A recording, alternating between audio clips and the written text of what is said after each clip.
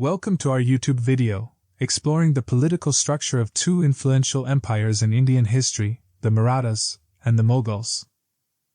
In this video, we will delve into the political structure of the Marathas, highlighting its key components, and draw comparisons with the political structure of the Mogul Empire. The Marathas had a confederate political structure, with the Peshwas serving as the de facto heads of the Maratha Empire. These Peshwas were prime ministers and military leaders, wielding significant power, and acting as chief advisors to the Maratha kings. They played a crucial role in unifying the Maratha clans and expanding their influence. Unlike the Mughals' organized Mansabdari system, the Marathas followed a decentralized military structure, known as the Deshmukhi and Deshpande system.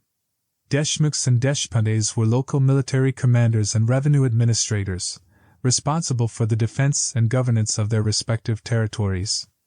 This system allowed for flexibility and agility in responding to threats and local challenges. The Marathas established a distinct revenue collection system, called Chauth and Sardeshmukhi. Chauth involved the levy of 1/4 of the revenue collected from non-Maratha territories, while Sardeshmukhi represented an additional 10% tax collected from the Deccan sultanates.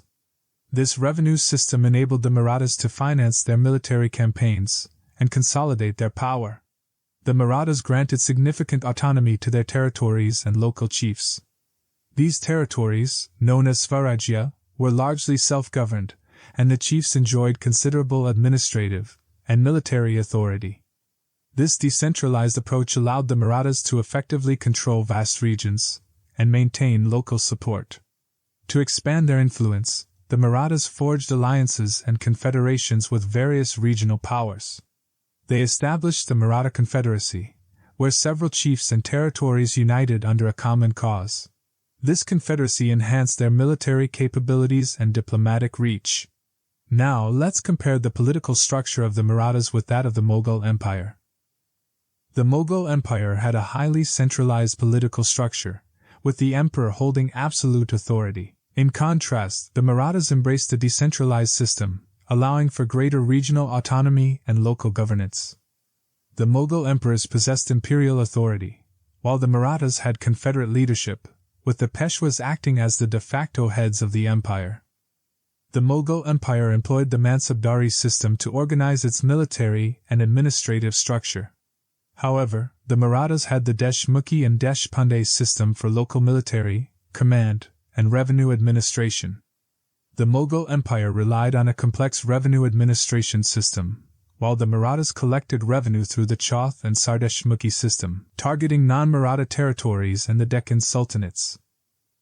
The Marathas granted substantial autonomy to their territories, allowing for self-governance, while the Mughal Empire maintained a more centralized control over its provinces. In conclusion, the political structure of the Marathas differed significantly from that of the Mughal Empire. The Marathas had a confederate leadership, a decentralized military system, and a unique revenue collection system. They emphasized regional autonomy and forged alliances to consolidate their power. In contrast, the Mughal Empire had a centralized authority, a structured military and administrative system, and a complex revenue administration. We hope you enjoyed this exploration of the political structures of the Marathas and the Mughals. It's fascinating to understand the diverse governance models that existed in India during that era. Thank you for watching. Don't forget to subscribe to our channel for more captivating historical content.